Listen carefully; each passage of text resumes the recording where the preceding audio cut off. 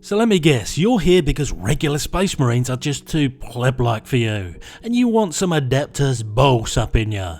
That, or you feel a kinship with worshipping a rotting carcass, and that got dark quick.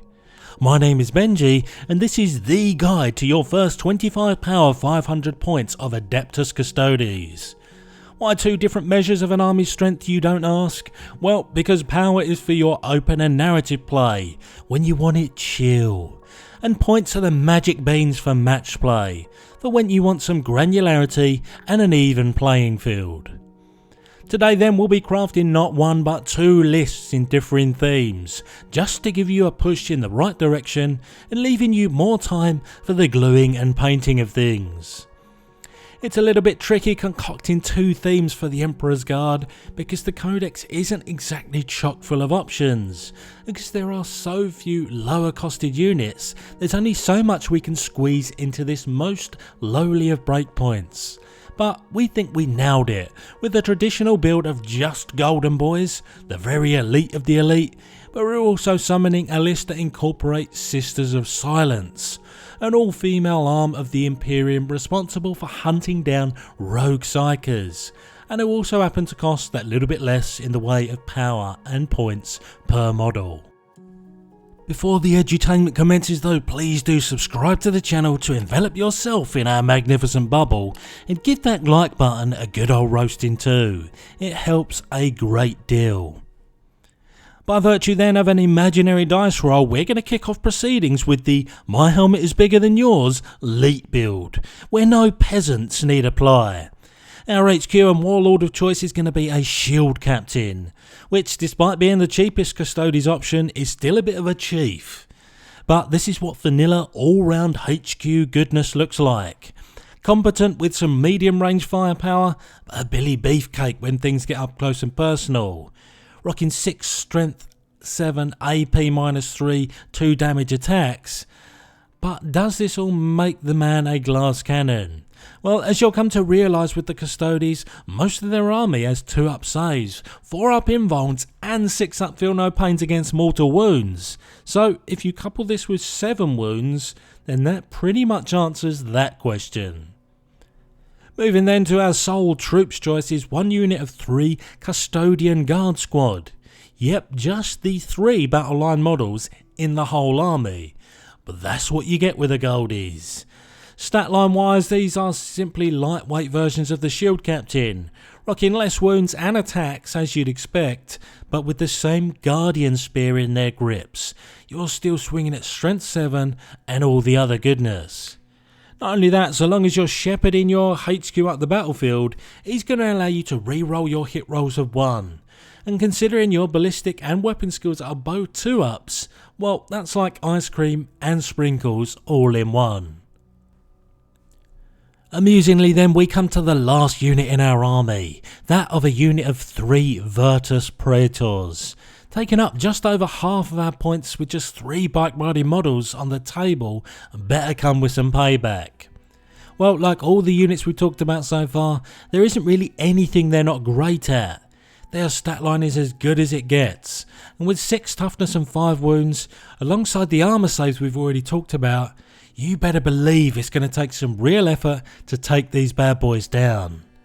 Great at medium range, brilliant in close combat where you get +1 to your wound rolls on the charge, meaning it's likely you'll be hitting and wounded on 2s with your AP -3, 2 damage interceptor lances. Quite honestly, there's only carnage that's wrought by this highly mobile unit. And just like that, there was exactly 25 power and 500 points on the nose of elite goodness.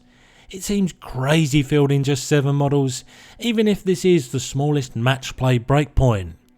You absolutely might struggle in some objective based missions with this few models, but what it does give you is a platform and a sampling of how individually strong each Custodes unit is. With that though, it's time to welcome you to the Silent Custode build, incorporating the witch hunting Sisters of Silence, who as a point of order can never outnumber their Custodes brethren in both HQ and troop choices in order for it to be a legal detachment. lest they be stripped of most of the Codex's goodies. Our HQ on this path is a Blade Champion. Identically costed to the Shield Captain, our champ goes full melee, eschewing any need for shooty and going all in on carvy. What I love about this guy is that he fights first.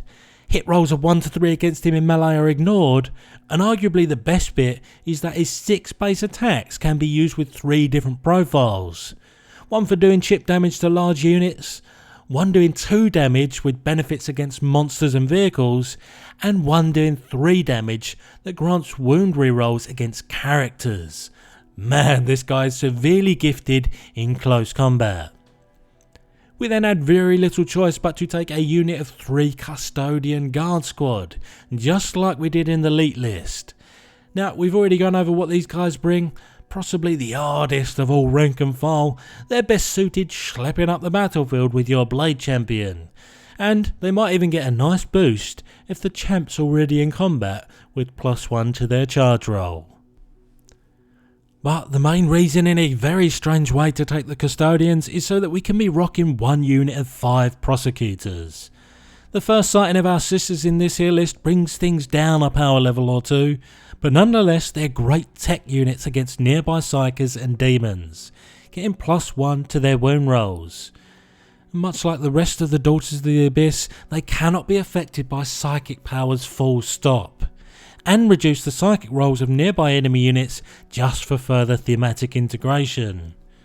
Really though, you take these units because they're so comparatively cheap, giving you bodies on board and most helpfully objective secured as well.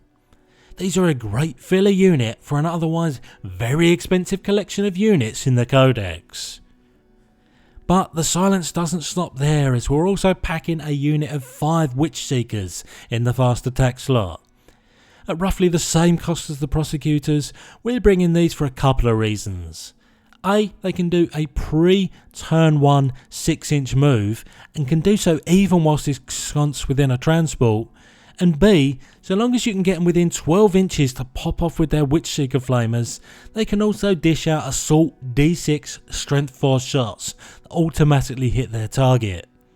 Meaning that for a relatively low points cost, they should get a commensurate return on their investment, even if they do get wiped off the board shortly thereafter because of their paltry 1 wound apiece.